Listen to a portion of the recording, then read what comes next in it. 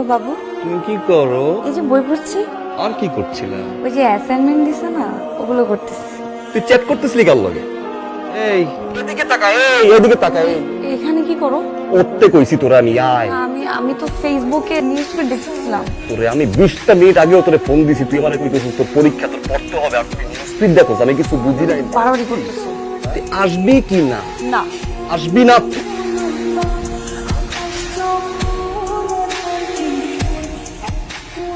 তুই আমার মুখের উপরে পর্দা দিয়ে ফোন কেটে দিলি।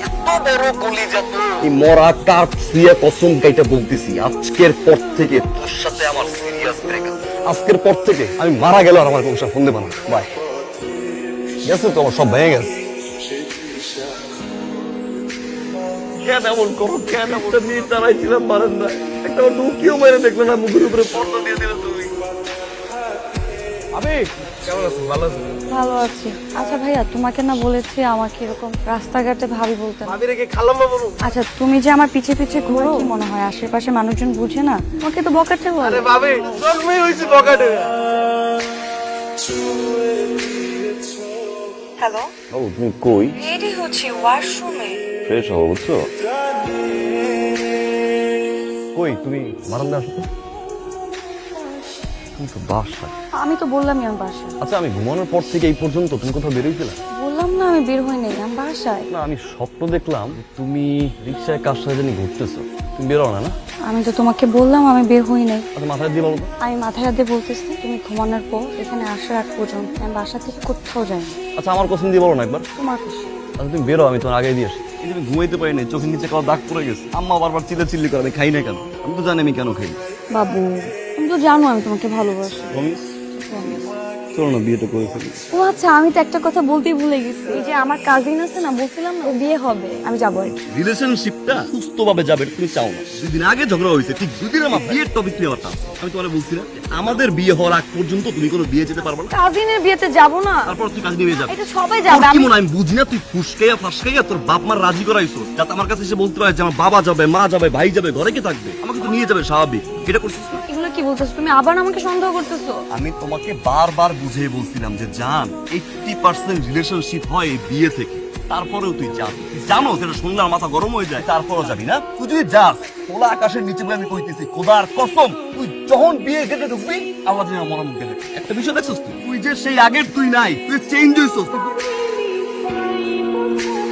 বাবু, আমি তো বিয়ে বাড়ি। তার মানে তুই গেলি? আমি তো তোমাকে বলছি আপু আমার জোর করে নিয়ে আসছে, আর এখানে তো কোনো ঝামেলা নাই বাবু।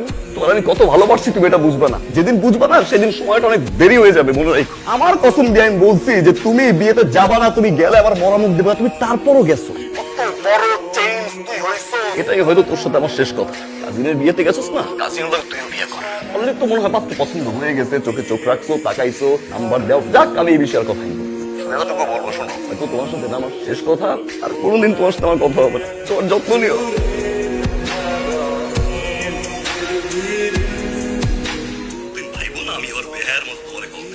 জাস্ট তোমার জানানোর জন্য ফোন দিলাম, আর শেষবারের মতো একটাবার দেখতে ইচ্ছা করলো, তাই ফোন। কি করতেছো তুমি এটা? মাফ করে দিও, নিজের যত্ন। শোনো শোনো, আমি বাবা মাকে বুঝিয়ে কালই চলে আসবো। তুমি প্লিজ পাগলামি করো না। তুই কেন বুঝতে পারবি আমি তোমার ভালো? ঠিক আছে, শোনো, বলো। I am sorry, it's okay, I love you. I love you too. খাইছো? এখনো খাই নাই, খাবো। আচ্ছা ঠিক আছে, তুমি খেয়ে নাও। আর শোনো, বইটা খুলে ফেলো। তুমি যতদিন পর্যন্ত আমার বউ হয়ে ঘরে না আসবা, আমি ততদিন পর্যন্ত আমি দড়ি খুলবো না। শোনো, কাছে আসো। কই আসবো? আমি তো কাছেই। কপাল দাও। তুমি এখন উঠো, ফ্রেশ হয়ে খেয়ে নাও।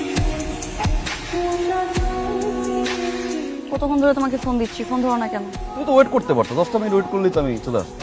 10 মিনিট আমি কোথায় ওয়েট করতাম? ভার্সিটির সামনে। ভার্সিটির সামনে যদি দাঁড়ায় থাকি, 2টা ফ্রেন্ডের সাথে আমার দাঁড়ায় কথা বলতে হয়, ওটা তুমি করতে দাও? আমি তোমাকে বলছিলাম যে বিয়ে করার আগ পর্যন্ত তোমার জীবনে কোনো ছেলে ফ্রেন্ড থাকা যাবে না, আমি তোমাকে হারাতে পারবো না। ফ্রেন্ড ফ্রেন্ডের জায়গায়। এত বলার পরে তারপরও তুমি বলতেছো ছেলে ফ্রেন্ড লাগবে, ব্রেকআপ। তুমি কিন্তু রাস্তার মধ্যে সিনক্রেট করছো। তুমি জীবনে ঠিক হবে না। ফোন দিবি না আমার। বাবু, আচ্ছা শোনো না বাবু, আমার না খুব দেখতে ইচ্ছা করছে তোমাকে। তুমি এখন আমার বাড়ির সামনে আসো।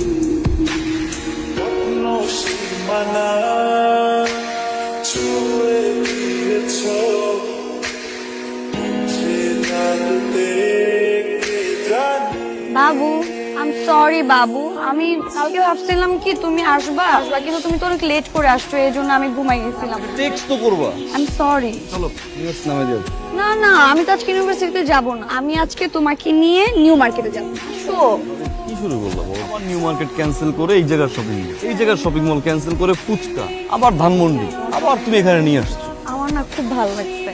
চলো আমি তোমায় দিয়ে আসি। না আমি একটু যাবো, সিএমের কাছে আমার অ্যাসাইনমেন্ট জমা দিতে হবে। মানে তুমি রাতের বেলা তুমি সিএম এর ওখানে যাও? আমি না তোমাকে বলছি যে তুমি কখনো কোনো হেল্পের জন্য কোনো ছেলের কাছে যাবা না। আমি কার দিয়ে করাবো? ও যদি না করে দেয় তুমি করবা? দিলাম আমি করে। আচ্ছা ঠিক আছে, তাহলে আমি বাসায় গিয়ে তোমাকে টপিকগুলো দিয়ে দিই। আমার লক্ষ্মী বাবু।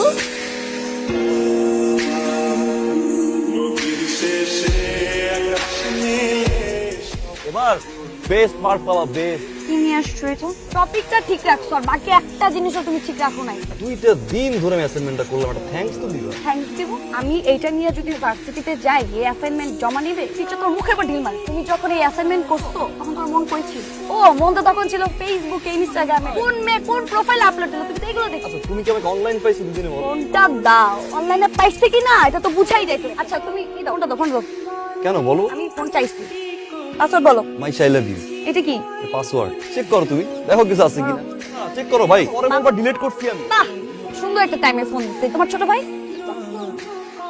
কি একটা ঝামেলার মধ্যে 9টা বছর পর আমি একটা গার্লফ্রেন্ড পটাইছি, আর এই গার্লফ্রেন্ডটা পটানোর পর আমি সুখটা পাইতেছি না। আমি এক কাম করি ভাই, গলায় দড়ি দিয়ে মরে যাই। আরে ভাই তোর প্যারাটা একটু তুই সামলা না, আমি আছি আরেক প্যারার ভিতরে পাঠা অ্যাসাইনমেন্ট করতে অ্যাসাইনমেন্ট হয় না, আর তুই আছিস তোর প্যারা নিয়ে। তুমি যেমন তোমার গার্লফ্রেন্ডের লেগে সবকিছু করতে পারো, আর আমার গার্লফ্রেন্ডের বাঁচানোর লেগে, সেভ করার লেগে আমিও সবকিছু। বুঝছি বুঝছি, ওই কথা রইলো তোরটা তুই পাবলিক টয়লেটের জন্য ভাই এখন ও যদি ফোন দেয় এখন তার মানে এখন তোমার নতুন একজন দরকার।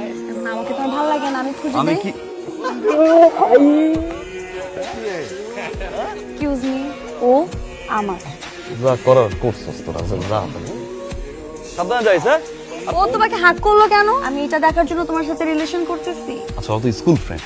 আমি তোমার জন্য সবকিছু বাদ দিয়ে 20টা ঘন্টা তোমাকে নিয়ে বসে থাকি, আর আমি এখন রাস্তার মধ্যে দেখবো একটা মেয়ে তোমাকে হাক করে চলে যাবে, সেটা আমি টলারেট করবো?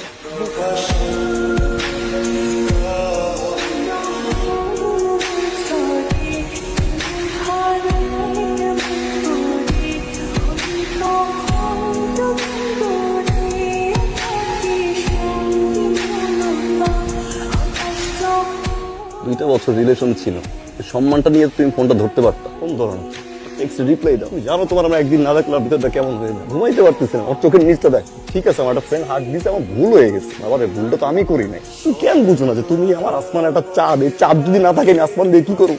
কোনো সময় তুই বুঝতে চাও না। আমি তোমাকে বুঝি। তোমার ফ্রেন্ড তোমাকে হাক দিতে পারবে, তুমি বিয়ে বাড়িতে যেতে পারবা, সেজে গুজে যাবা, আমি কখনো তোমাকে কিছু বলি না। অথচ আমি বিয়ে বাড়িতে গেলে তোমার মনে হয় আমি এখানে কোনো ছেলের সাথে রিলেশন করে ফেলবো। সবসময় তুমি আমাকে নিয়ে সন্দেহে থাকো। কেন এই সন্দেহ হচ্ছে? ঠিক আছে তুমি আমার অনেক কেয়ার করো, সবকিছু ঠিক আছে, কিন্তু তাই বলে তুমি আমাকে সবকিছু বাইন্ডিং দিতে পারো না। তুমি কি মনে করো তুমি একাই আমাকে ভালোবাসো? আমি তোমাকে ভালোবাসি না? Sorry sorry.